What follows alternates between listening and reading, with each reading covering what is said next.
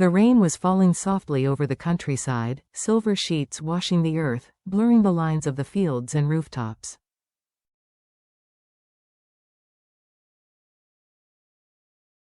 It was the kind of rain that quiets the world, leaving only the scent of fresh soil and the rhythm of drops against the roof.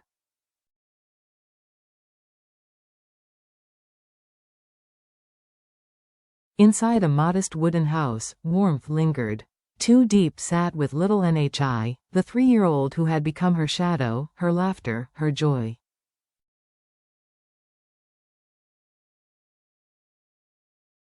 Together they spent the morning in gentle rhythms, feeding chickens, plucking vegetables from the garden, cooking rice, sharing slices of fruit.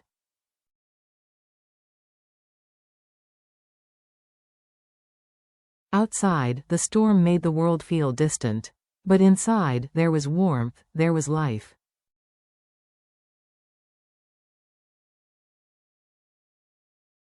James had promised Diep over the phone that he would not return for several more days.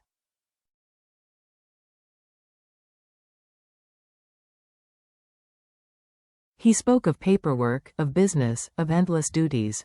She believed him, though her heart sagged with the weight of waiting.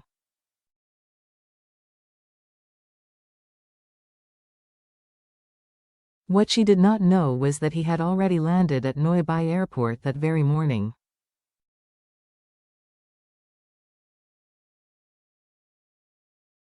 He had come home not to delay, but to surprise. He wanted to see her eyes when he walked through the door, to feel her shock, her joy. Maybe, just maybe, to glimpse the life he had always dreamed of.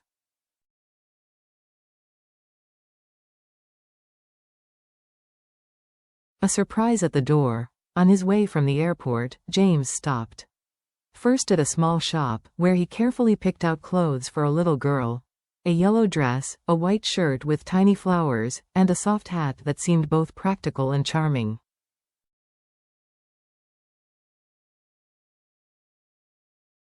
He imagined Nyi's delighted face, her small hands tugging eagerly at the fabric. At a flower stall, he chose a bouquet of fresh blooms, fragrant, vivid, alive.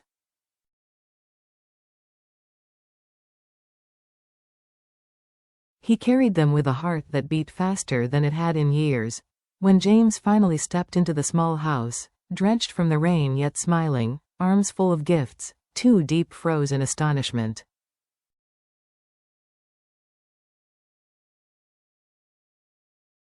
Only hours before, he had sworn he would be away for days.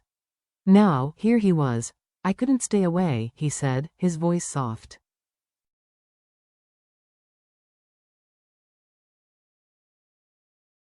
Nyi's eyes widened as James knelt down, holding out the clothes. "For you," he whispered.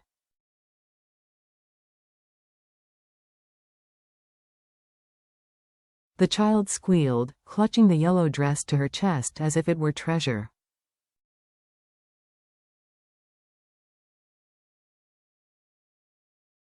That evening, as they sat together at the table, sharing rice and vegetables, James felt something shift.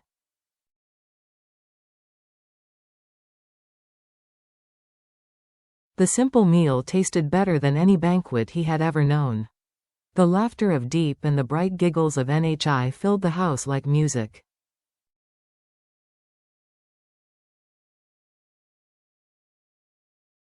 He had sat in countless boardrooms, signed contracts worth millions, survived betrayals, but nothing compared to this fragile peace, this feeling of home.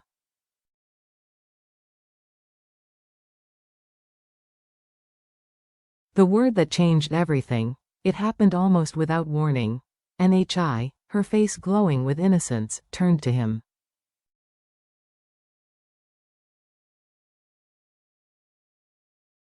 In her small, clear voice she said a single word, "Dad."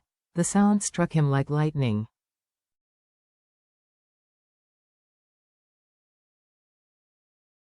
Yet it did not wound. Instead, it brought a wave of warmth so powerful his eyes burned with tears.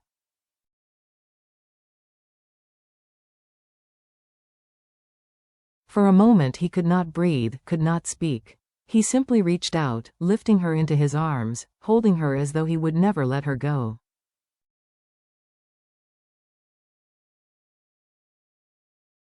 Diep sat quietly, lips curved into a tender smile. In that single instant she saw the truth. James had never been searching for redemption, or even for success.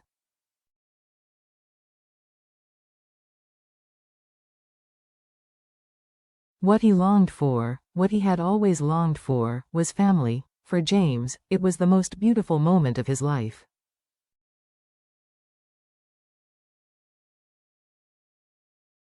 He had been called many things: CEO, boss, leader, but never this. To hear that word from NHI was to discover a part of himself he never knew was missing.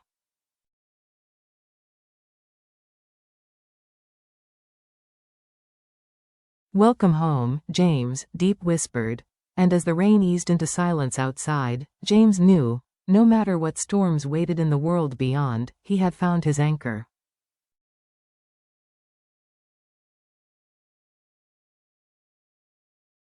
He was finally home. Morning light. The next morning, the rain was gone. Birdsong replaced the storm, the fields glittered with dew, and the air carried a freshness that made everything feel new.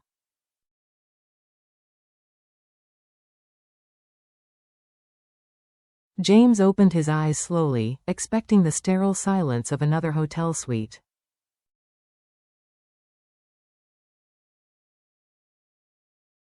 Instead, he heard the clatter of dishes, the giggles of NHI in the kitchen. When he stepped out, he found Diep kneeling by the stove, her hair loose, her movements graceful.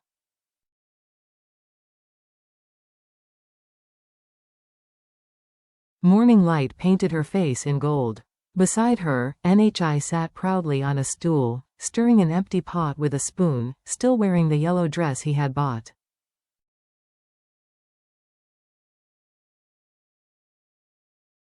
James leaned against the doorway, watching. The scene was ordinary, but to him it was more precious than all the glass towers he had ever owned.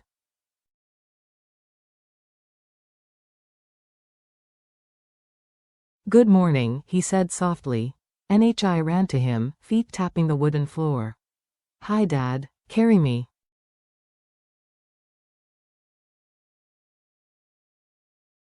The word struck him again, but this time he did not hesitate. He lifted her high, twirling until her laughter rang through the house like bells.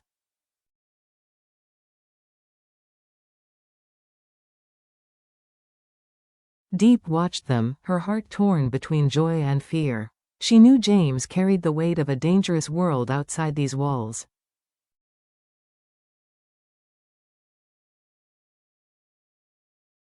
Happiness, she feared, could be fragile.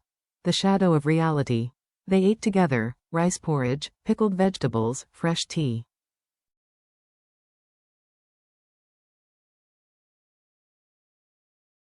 James fed NHI patiently, surprised at his own tenderness.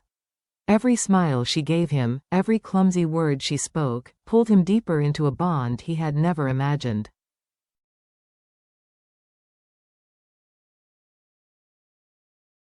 But after breakfast, reality came knocking. His phone buzzed with urgency. James's face darkened as he read.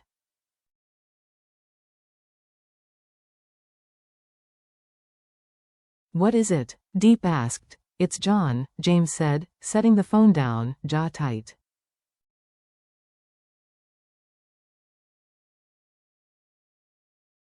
"He's already speaking with investors. If I don't go back soon, everything I built might collapse."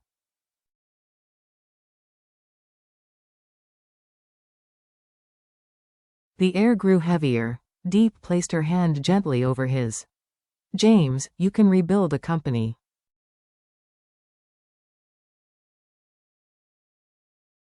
But you cannot rebuild a family once it is lost.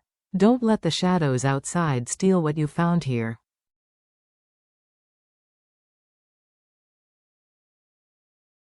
Her words pierced him. He knew she was right. Yet he also knew John would not stop.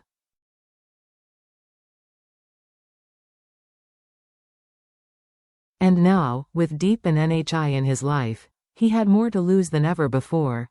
James kissed Nye's forehead, then looked at Diep, his voice steady though thick with emotion.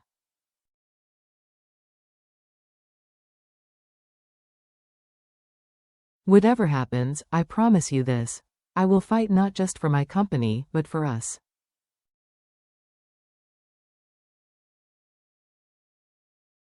For this family. Her smile was brave, though worry shimmered beneath. Then we fight together, she said quietly.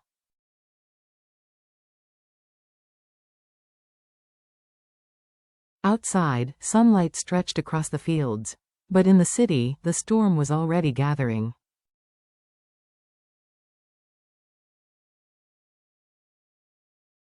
Days of peace, nights of fear. In the quiet countryside, James found a rhythm he had never known.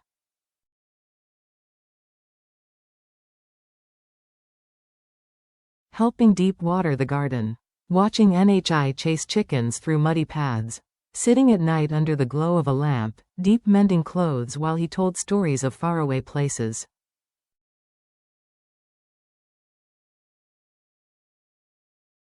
But even in those tender moments, he could feel the storm pressing closer. His phone filled with reports from his assistant, investors leaving, rumors spreading, John weaving lies.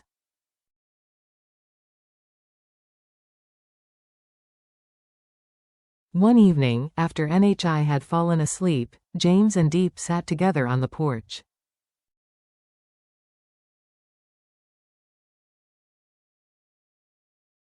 The moon cast silver light across the wet fields.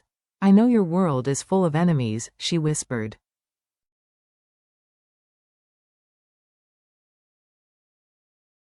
But you don't have to face them alone anymore. You have me now. James tightened his arm around her.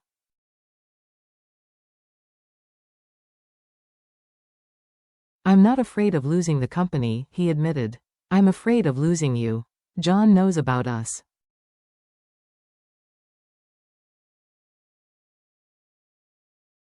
If he ever tries to hurt you, his voice broke.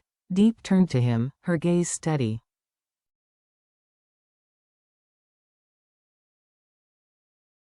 Then protect us. Not with fear, but with love. Whatever comes, we'll face it together.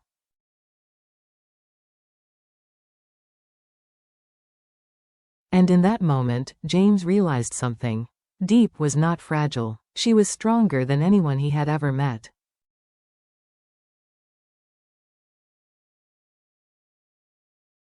She had endured storms, hardship, loneliness, and her heart was still pure. She was his anchor.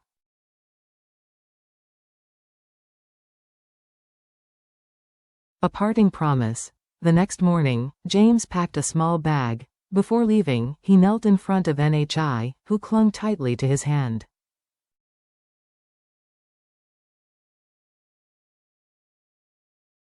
Dad, don't go, she whispered, tears filling her eyes. James's throat tightened. He lifted her close.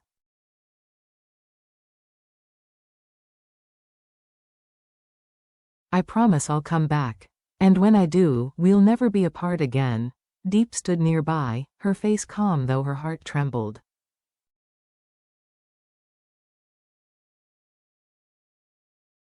When James kissed her hand, her smile was brave, but her eyes shimmered with unspoken fear.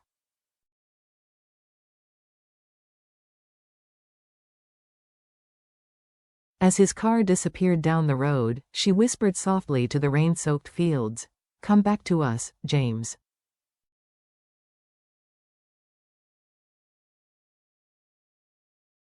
Come back safe. Far away, in the city's shadows, John was already waiting. He had seen James's weakness.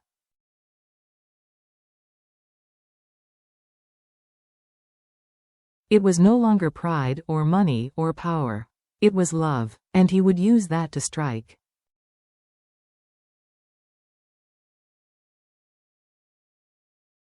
For James, the battle was no longer about saving a company.